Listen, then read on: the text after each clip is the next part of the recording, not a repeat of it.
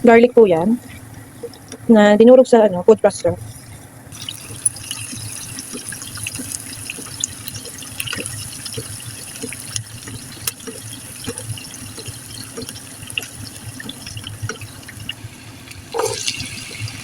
Patatas, cube, guys.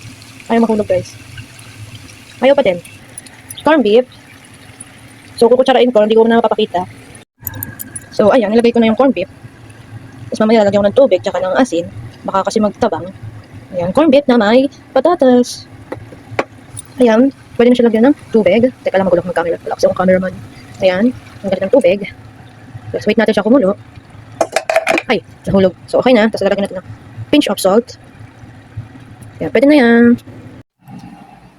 So, ayan na po ang finished product ng corned beef na may patatas.